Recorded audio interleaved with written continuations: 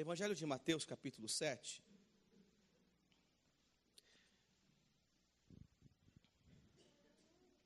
Versículo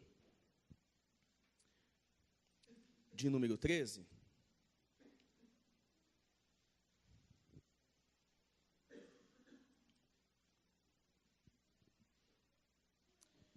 Mateus capítulo 7, versículo 13.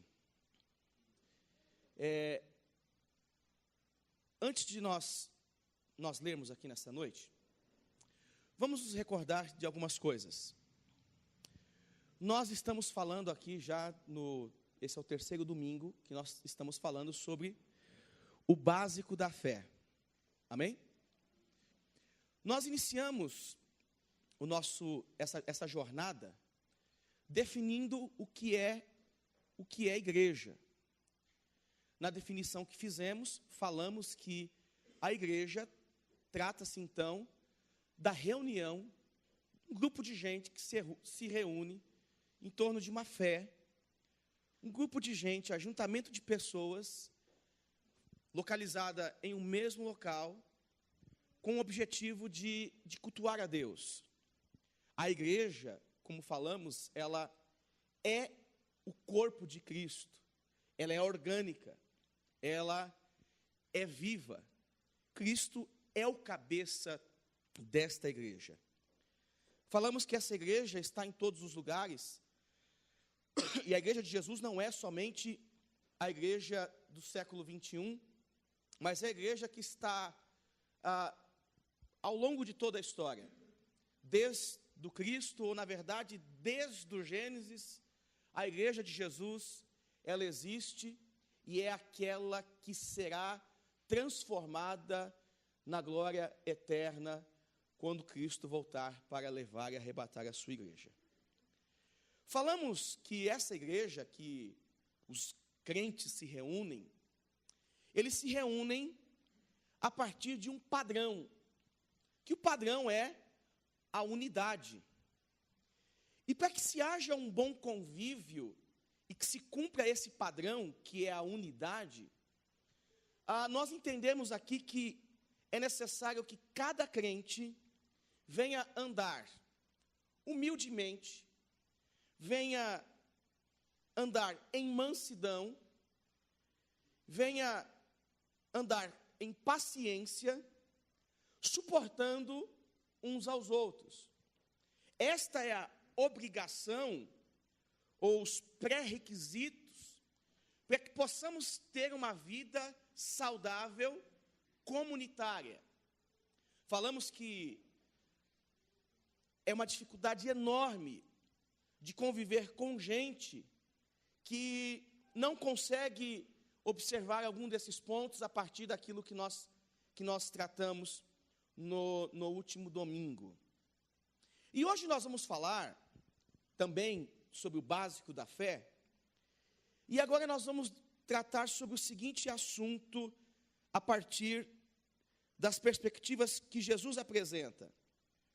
Deus tem uma proposta para a sua igreja, bem como o diabo tem uma proposta para os homens que compõem a igreja de Deus.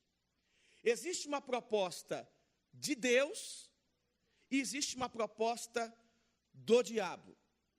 E a igreja de Jesus, ela sobrevive, vive, caminha a partir das propostas vindas de Deus. Contudo, todos os dias, nós, como igreja, somos expostos a aceitar, ouvir as propostas do diabo.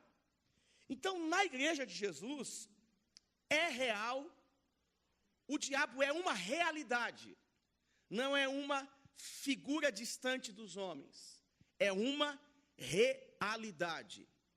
O diabo não é uma possibilidade que talvez quem acredita, quem não acredita, beleza, ele é real para uns, não é real para outros. Não, no Novo Testamento, o diabo é real. Então, hoje nós vamos falar um pouquinho desse nome, diabo. Diabo. Amém? Amém pelo diabo ou amém por aquilo que eu vou falar? Bom, então vamos ler essa proposta de Jesus no Evangelho de Mateus, capítulo 7, versículo 13.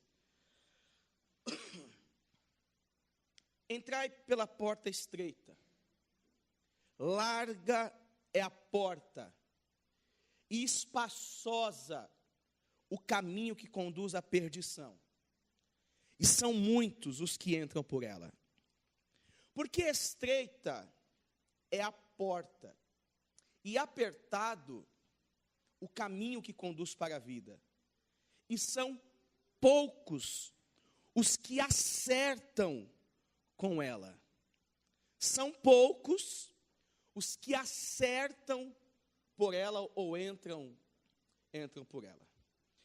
Senhor Deus, em nome de Jesus, a tua palavra é lida, e eu venho te pedir, Senhor, fala conosco, que tenhamos compreensão, que possamos ter aqui todo o entendimento do que esses textos, esses dois versículos, querem comunicar ao nosso coração. Pai, fala conosco, no nome de Jesus, que nós venhamos entender o básico da fé, Senhor, e aceitemos as tuas propostas de vida, propostas de paz, propostas de salvação, proposta de eternidade, Pai. Ajuda-nos no nome de Jesus a fazer a sua vontade, para a tua glória. Amém.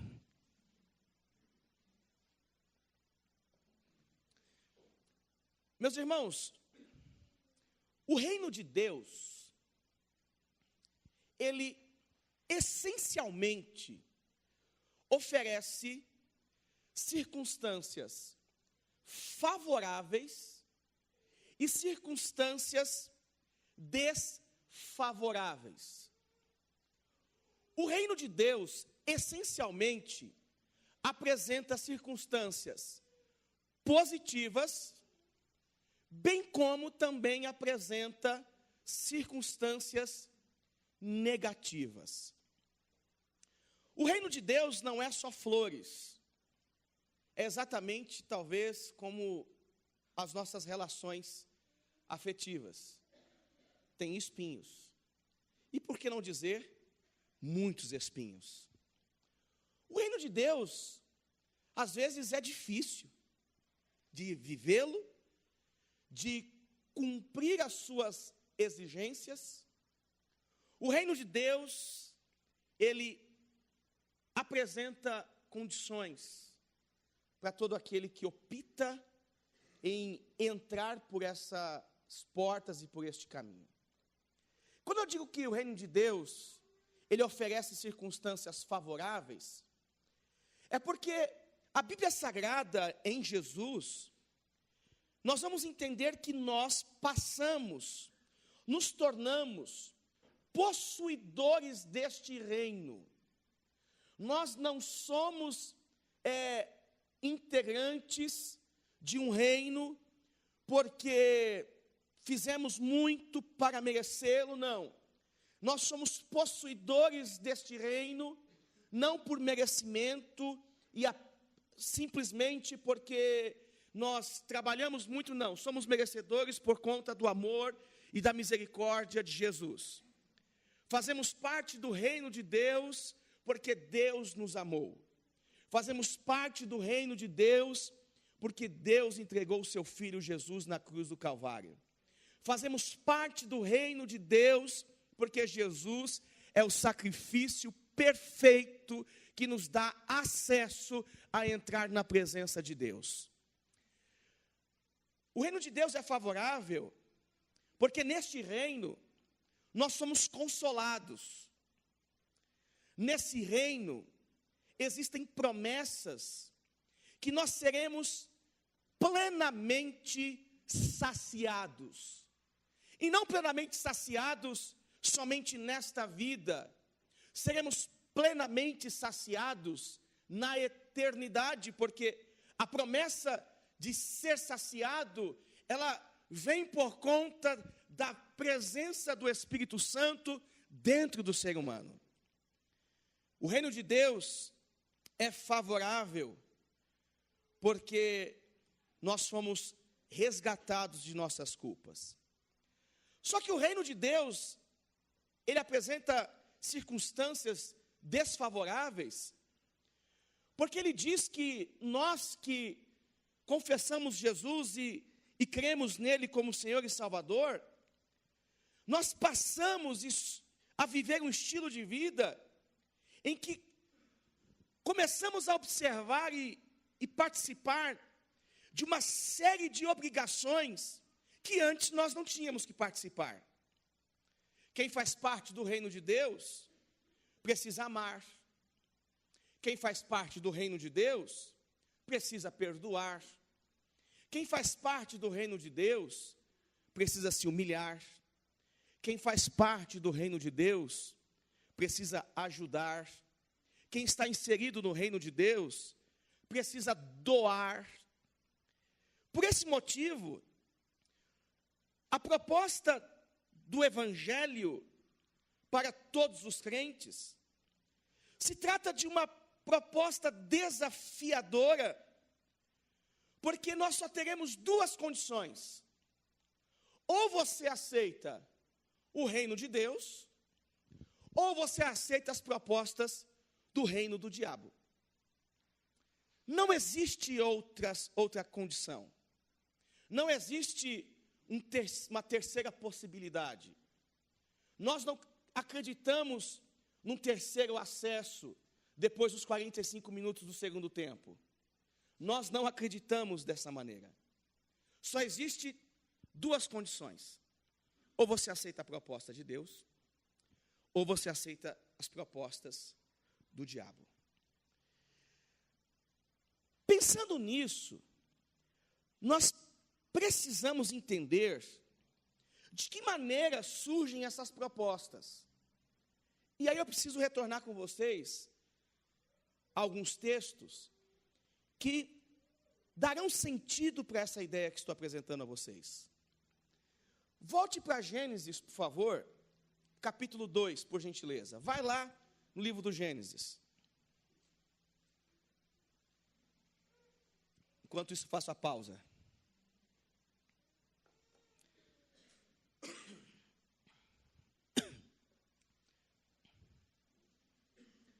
Gênesis capítulo 2.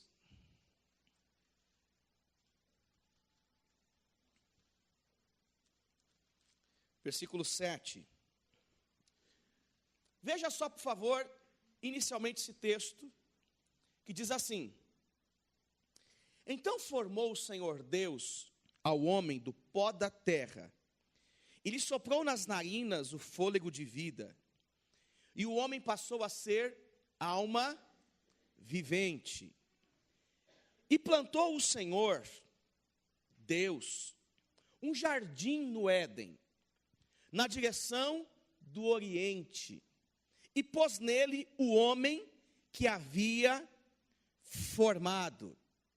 Do solo fez o Senhor Deus brotar toda sorte de árvores, agradáveis à vista e boas para a alimentação.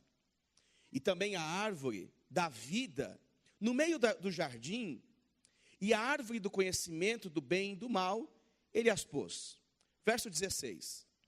E o Senhor Deus lhe deu esta ordem: de toda árvore do jardim comerás livremente, mas da árvore do conhecimento do bem e do mal não comerás, porque do dia em que dela comerdes, certamente morrerás.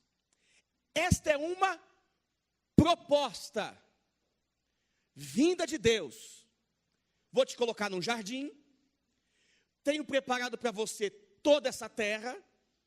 É um mandato sociocultural, em que o indivíduo em uma terra recebe ordens, e estas ordens ele cumprindo, ele vive livremente. É uma proposta vinda de Deus. Veja agora o capítulo 3 do livro do Gênesis também, por favor. Diz assim: mas a serpente, mais sagaz que todos os animais selváticos que o Senhor Deus tinha feito, disse à mulher: é assim que Deus disse: não comerás de toda árvore do jardim? Respondeu-lhe a mulher: do fruto das árvores do jardim podemos comer, mas o fruto da árvore que está no meio do jardim, disse Deus: dele não comereis, nem tocareis nele, para que não morrais. Esta é a resposta que vem da mulher, que vem da Eva. Só que o versículo 4 vai continuar dizendo assim. Versículo 4 vai continuar dizendo assim: então a serpente disse à mulher: é certo que não morrereis, porque Deus sabe que no dia em que dele comerdes, se vos abrirão os olhos, e como Deus sereis conhecedores do bem e do mal. Vendo a mulher que a árvore era boa para se comer, agradável aos olhos, e árvore desejável para dar entendimento, tomou-lhe do fruto e comeu, e deu também ao marido, e ele comeu. E abriram-se então os olhos, e a ambos perceberam que estavam nus. Coseram folhas de figueira e fizeram cintas para si. Quando ouviram a voz de Deus, que andava no jardim pela viração do dia, esconderam-se da presença do Senhor Deus, o homem e sua mulher, por entre as árvores do jardim.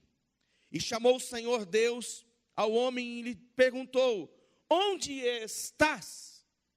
Onde estás? Perceba aqui no texto claramente uma proposta de Deus e a proposta do diabo. E note que nós poderíamos aqui citar, irmãos, tantos exemplos trágicos de pessoas que escolheram as propostas de Satanás, do diabo, e tiveram e colheram resultados desastrosos. A humanidade vive o reflexo da escolha de um casal em relação à proposta do diabo. Nós vivemos o reflexo dessa escolha, de alguém que optou em rejeitar a vontade de Deus, que era simples. Qual era a vontade de Deus aqui nesse contexto, gente? Qual é a vontade de Deus aqui nesse contexto? Você faz o que você quiser na terra. Você pode comer de tudo que você quiser, sabe? Você vai, imagina num lugar, num paraíso só seu e da sua Eva. Pensa nisso. Você e a sua Eva num paraíso. Imagine isso. Você, sua Eva, sua prole crescendo, sua família crescendo. Gente, que coisa maravilhosa. Mas de repente, surge a proposta do diabo, despertando o olhar do casal para aquilo que aparentemente era bom. Quantas pessoas não entraram por este caminho? E aí eu preciso me ater a um detalhe, dentro do contexto das mensagens que nós estamos pregando, que se você faz parte da igreja, e você que entende as suas obrigações em relação à sua vida comportamental com o seu próximo, eu preciso te perguntar nessa noite, se você que entrou aqui nesse lugar, você tem escolhido qual tipo de proposta ao longo de sua vida? As propostas de Deus ou as propostas do diabo na sua vida? Se você tivesse que responder isso qual seria a sua resposta? Qual seria a sua resposta? Você tem escolhido Deus ou você tem andado de mão dada com o diabo? É pesado isso, né? Não é pesado, gente?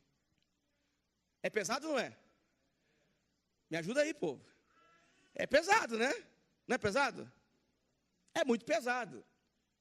A minha fala é pesada, mas é menos pesada do que as nossas atitudes.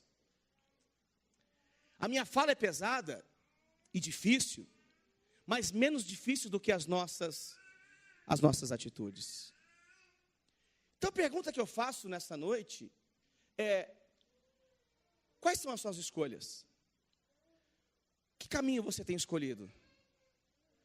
O caminho de fazer a vontade de Deus e aceitar as suas propostas, ou o caminho de aceitar as propostas do diabo? Que caminho que você tem escolhido? Que caminho você tem escolhido? E eu gostaria nesse momento, nosso culto está rolando, e a pregação está acontecendo, mas que você por um instante fizesse uma oração a Deus, e você dissesse: Senhor, me ajuda a enxergar quais são os caminhos que eu tenho escolhido para a minha vida, e não me deixe cair em tentação, mas livra-me de todo o mal. Não me deixe cair em tentação, mas livra-me de todo o mal. Eu posso te convidar a fazer uma oração, a você fechar os seus olhos, baixar a sua cabeça, e você falar com Deus agora.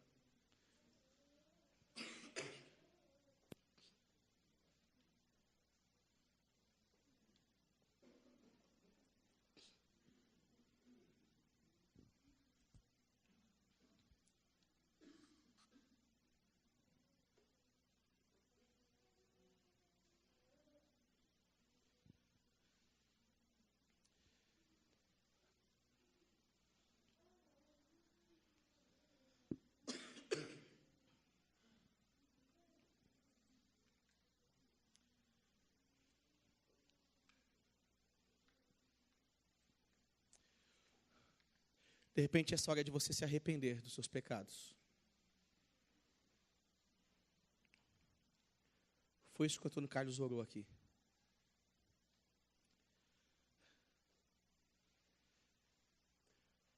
Fala com Deus.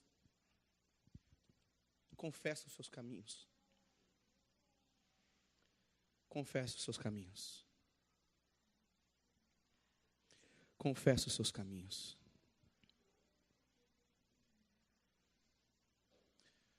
Confessa os seus caminhos.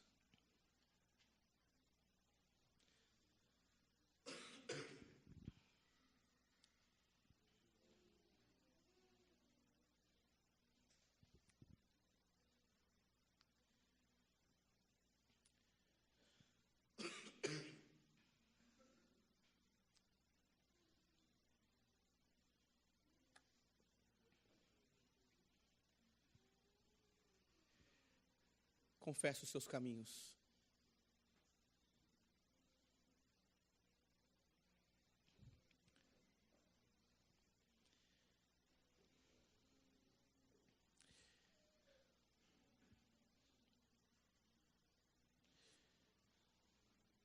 Evangelho de Mateus, o capítulo que nós lemos, voltemos para ele, por favor. Mateus capítulo 7, versículo 13.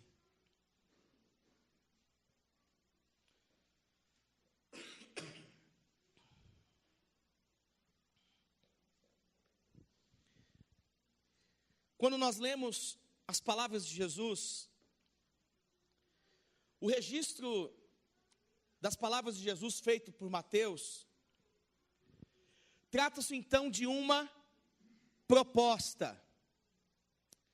Da mesma maneira que nós temos no livro do Gênesis, uma proposta de Deus para a sua criação, em viver bem, em comer da árvore da vida, em desfrutar do jardim, em viver a proposta dele para aquele momento.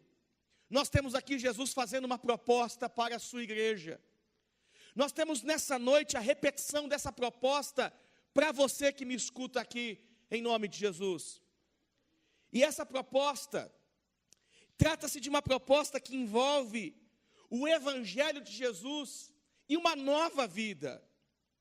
Porque o texto está dizendo que Jesus está apresentando uma porta, na verdade duas portas e dois caminhos, duas portas. O texto diz: entrai pela porta. E aí o texto vai condicionar essa porta dizendo que uma porta é larga e outra porta é estreita. Mas não é só a porta que é larga. Jesus está dizendo que o caminho da porta larga também é largo. E o caminho da porta estreita também é estreito. Então não dá para desassociar o caminho da porta. Quem entrou, quem vive no caminho estreito, é porque fez a escolha de entrar pela porta estreita. Quem vive no caminho largo, é porque fez a escolha de entrar pela porta larga. As características desta porta, elas não dão margem para engano ou para erro. Não dá para inventar desculpas e dizer: ah, Senhor, eu não sabia a porta que eu estava entrando. Ah, Senhor, puxa vida, eu acho que eu fui enganado. Eu entrei na porta larga achando que era estreita. Não tem erro aqui. Não tem confusão aqui. Porque Jesus vai dizer assim, ó: entrai pela porta estreita, porque larga é a porta, e espaçoso o caminho que conduz à perdição. Jesus não está enganando ninguém aqui, gente. E Jesus está falando que ninguém pode ser enganado. Ninguém pode ser enganado. Mas ele está dizendo que a pessoa pode ficar ou participar do contexto religioso da igreja, mesmo assim viver no caminho largo. Exemplos. Quem é que estava entre os 12 discípulos, comendo com Jesus, vendo milagres de Jesus, participando das grandes pregações de Jesus? Porque imagine só Jesus pregando, minha gente. Imagine você ouvindo a pregação de Jesus. Imagine a pregação de Jesus. Tinha lá 12 homens, entre muitos, que ouviam frequentemente suas palavras. E de repente, quem é que surge no meio destes 12? Um traidor. Estava na igreja de Jesus, cultuava, dava dízimo, dava oferta, fazia jejum, fazia missão, evangelizava, expulsava demônios, curava, ia pelos caminhos, ia, andava evangelizando. No grande dia que Jesus está prestes a ser morto, quem o trai? Esse discípulo, o Judas, que estava no meio da igreja, mas aceitou as propostas de Satanás. Um outro exemplo, lá no livro de Atos, vocês lembram daquele exemplo que fala de um casalzinho bonitinho, da hora, ia para a igreja, ia para o culto, partilhavam todas as coisas, ou quase todas. Aí certo dia, está Barnabé e outros irmãos oferecendo seus bens e dando dízimo na igreja. Chega um casalzinho, dizendo para Pedro: Pedro, eu trouxe aqui toda a minha oferta. É tudo que eu tenho, tá, Pedro? Olha, foi um sacrifício. Eu ofereci aqui uma ofertaça, Pedro, e eu quero que o meu nome seja valorizado, engrandecido, como os demais, Pedro. De repente, Pedro vira para um casalzinho chamado Ananias e Safira E o que acontece? Pedro fala para Ananias: por que você mentiu? Por que vocês estão mentindo? E o que acontece com o casal? Morre. Não era crente? Não eram evangélicos? Servos de Jesus? Não tinham visto fogo caindo do céu? Línguas repartidas como de fogo? Falar em línguas? Não estavam sapateando? Não estava no mistério? Morreu. Por quê? Aceitaram a proposta do Tá. Veja só como esse negócio de estar na igreja é muito relativo. Nós temos lá no capítulo 16 do livro de Atos, capítulo 16, chega o apóstolo Paulo. Imagine o seguinte, gente, nós tudo aqui, reunidos, o nosso conhecimento, a nossa sabedoria, a nossa santidade aqui, até a sua, Denilson, não dá metade do apóstolo Paulo. É o cara, né? Aí está lá Paulo, Atos capítulo 16, versículo 16, chega numa determinada cidade, e de repente, uma moça começa a dizer assim: ei, eu vejo um profeta, ei, tem um profeta ali, que fala em nome do Senhor. Ela tem revelação de que o Paulo era homem de Deus, ela vê Deus no Paulo, ela enxerga Deus no Paulo. Aí de repente Paulo vira para ela e fala assim: quieta, fica quieto, diabo. Era uma mulher que tinha a revelação de que Paulo era homem de Deus, mas estava cheio de demônio. Ou não é assim que o texto diz? Capítulo 16, versículo 16. E Paulo expulsou o espírito de adivinhação e ainda apanhou por causa disso. Era igreja.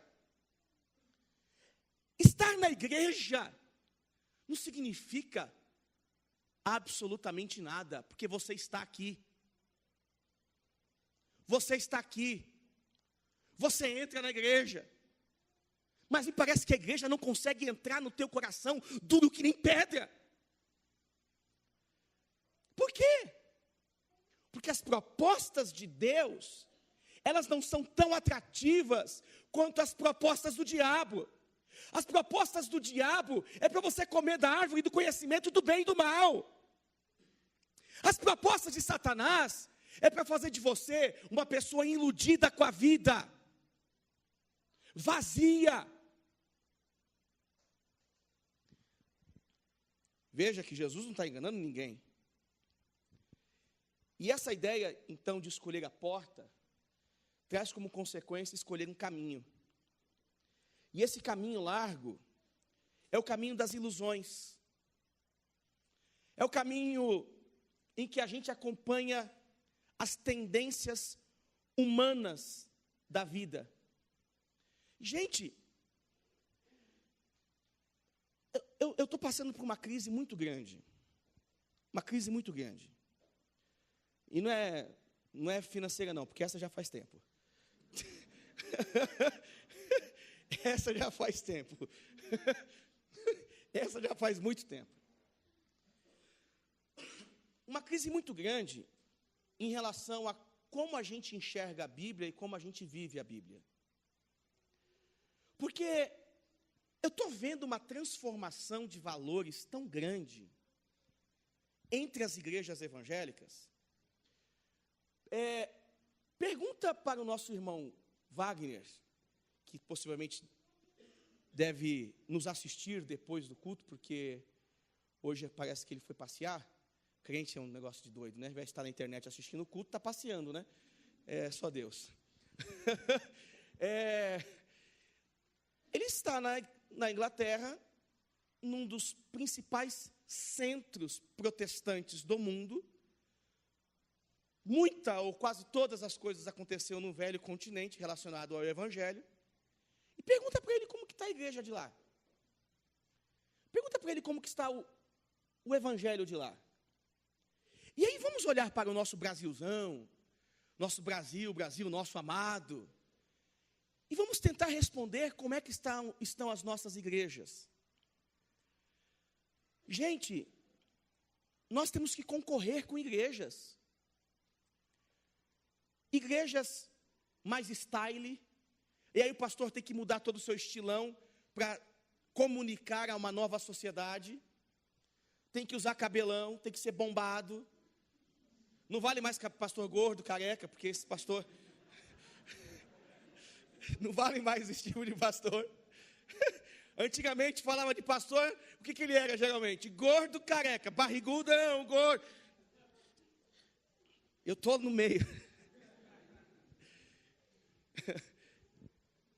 E aí o pastor tem que ficar bombadão, tem que usar camiseta agarradinha, tem que ter tanquinho, tem que malhar, a igreja tem que ser fitness, aí tem que ter um monte de show pirotécnico, o culto tem hora para começar exatamente, se conta 2 minutos, faz uma oração, mais 3 minutos vem uma palavra introdutória, mais 15 minutos tem o louvor, mais 2 minutos tem os avisos, que também é no data show, aí mais 20 minutos da palavra, aí mais uma oração com a igreja, acabou e vão para casa abençoados. É assim, não é? É assim ou não é, gente? Desculpa. É assim por quê? É assim por quê? Por qual motivo que é assim? Para comunicar o evangelho a um novo homem, a um novo estilo de pessoa. Não é por conta disso não, gente. É porque a gente está concorrendo com a árvore do conhecimento do bem e do mal. A gente está concorrendo com a proposta do diabo. A gente está concorrendo com coisas que na boa... Não vou na boa não. Deixa eu me conter aqui, voltar ao texto. Não tem nada de boa. Não tem nada de boa, gente, porque a porta é estreita, o caminho também é estreito. A porta é estreita, o caminho também é estreito. Não dá para a igreja dialogar com o pecado, desculpa, gente. Você quer viver uma vida de qualquer jeito? Viva, mas não fala que você é igreja. Pelo amor de Deus, para de se enganar. Para de se enganar. Para com isso. Para com isso. Ah, pastor, eu sou evangélico, mas eu não falo com um monte de gente porque eu não perdoo mesmo. Para com isso. Isso é porta larga.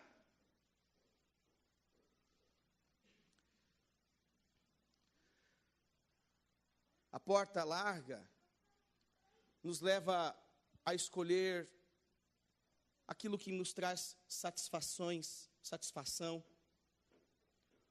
ou preencher as necessidades da minha vida.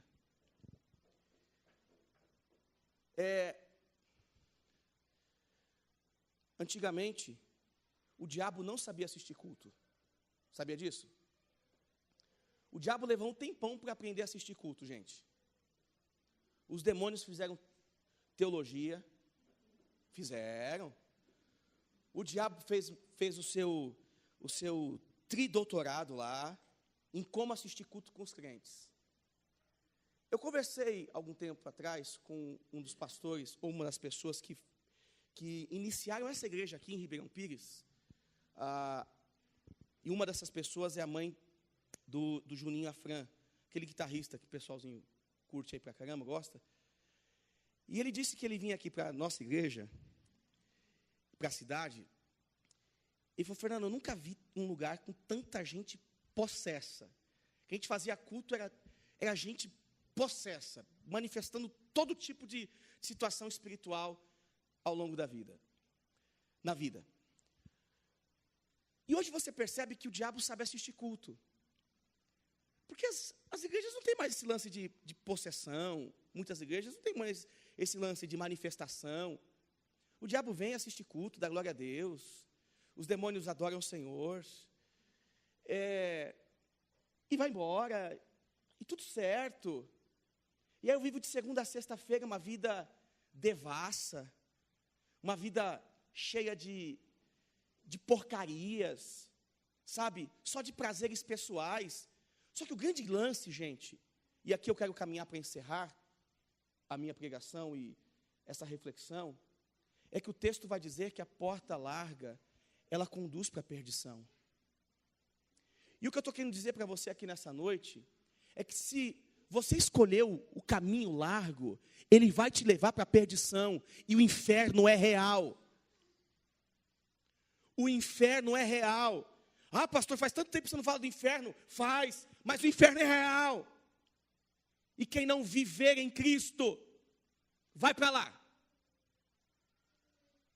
Tenho dito, ponto. Ponto. Eu não sou universalista. Gostaria muito de que todo mundo fosse salvo. Gostaria mesmo. Se fosse pelo meu desejo, eu gostaria que todo mundo fosse salvo. Mas em Jesus eu não consigo ser universalista. Eu não sou universalista. Existe um céu e existe um inferno. Responda isso para você mesmo, por favor. Segundo a forma que você vive. Para onde você vai?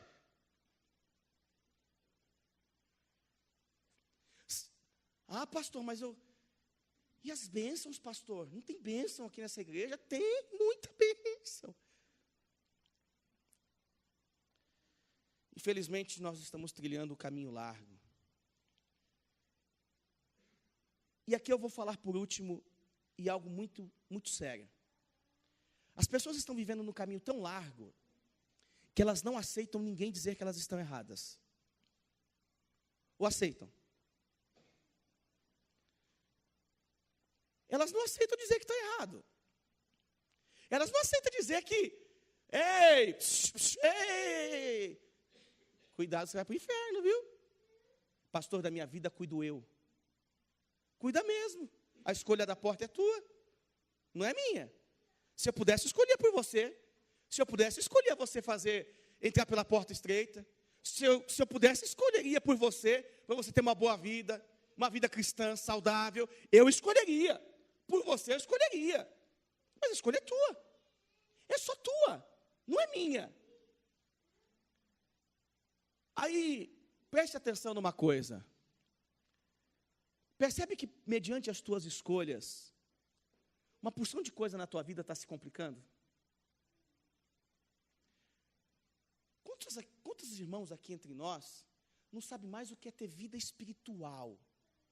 E aí,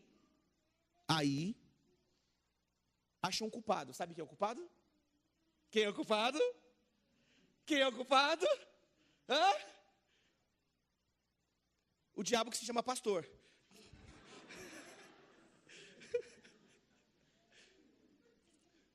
O diabo tem nome. Porque a sua vida não é espiritual, é porque o pastor não ora. Só pode ser por isso. Ah, já sei, pastor, essa igreja é fria porque você não jejua. Por isso que você está gordo, que nem diz a nossa irmã Ana Paula Valadão, disse isso, né? Quem não jejua é gordo, né? Difícil, né, Anderson? Difícil essa palavra, dura esta palavra para nós. Sabe, gente, aí a culpa é do pastor, profeta Eliésio. A vida do camarada não está bem, a culpa é do pastor. O casamento está mal, a culpa é do pastor. É verdade, gente, tudo é culpa do pastor. Se separou porque o pastor não veio aconselhar. Não é? Não está bem espiritualmente porque o pastor não acompanhou. Misericórdia. As pessoas fazem as escolhas e a igreja é culpada. Eu penso que a proposta de Jesus nessa noite é muito simples. Quem quer porta estreita, o caminho é estreito. Quem quer porta larga, o caminho é largo. A porta estreita nos leva a uma vida distanciada do pecado. Distanciada do pecado. E deixa eu falar para a nossa juventude. Deixa eu falar isso para nossa, não só para a nossa juventude, mas para a igreja de forma geral. Não brinca com pecado, não. Não brinca com pecado. O salário do pecado é a morte. O salário do pecado é a morte. Não flerta com o pecado. O pecado sabe iludir. O pecado sabe qual que é o nosso... O diabo sabe qual é o nosso calcanhar de Aquiles. Ele sabe como nos pegar na curva.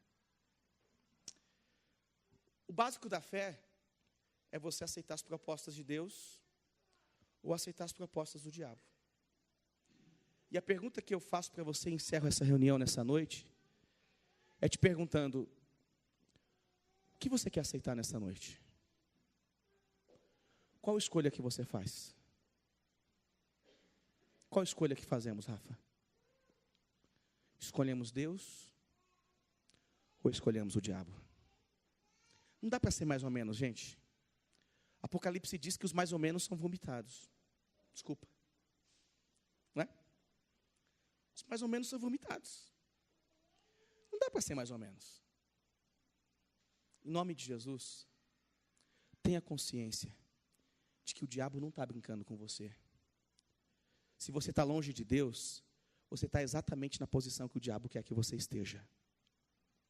Se você está vivendo em práticas erradas, o diabo está te conduzindo exatamente no caminho que ele quer conduzir você. Você está pensando coisas absurdas e fazendo coisas absurdas, você está cumprindo o propósito do diabo. Qual é a sua escolha? Você volta para casa como? Escolhendo o quê? Fazer as mesmas coisas ou entrar pelo caminho estreito? O que você escolhe? Você que está na galeria me vendo pelo esse vídeo, o que você escolhe? Que nem todos conseguem me ver, não sei como. O que você escolhe? O que você escolhe? O que você escolhe para a sua casa? O que você escolhe para a sua família? O que você escolhe para a sua vida? Porque viver do jeito que você vive no seu casamento também é cumprir a vontade do diabo. Não respeitar a tua esposa ou o teu marido é cumprir a vontade do diabo. Como você quer viver? Não respeitar a tua família. Como você quer viver?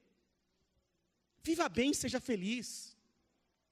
Viva bem segundo a vontade de Deus e seja feliz.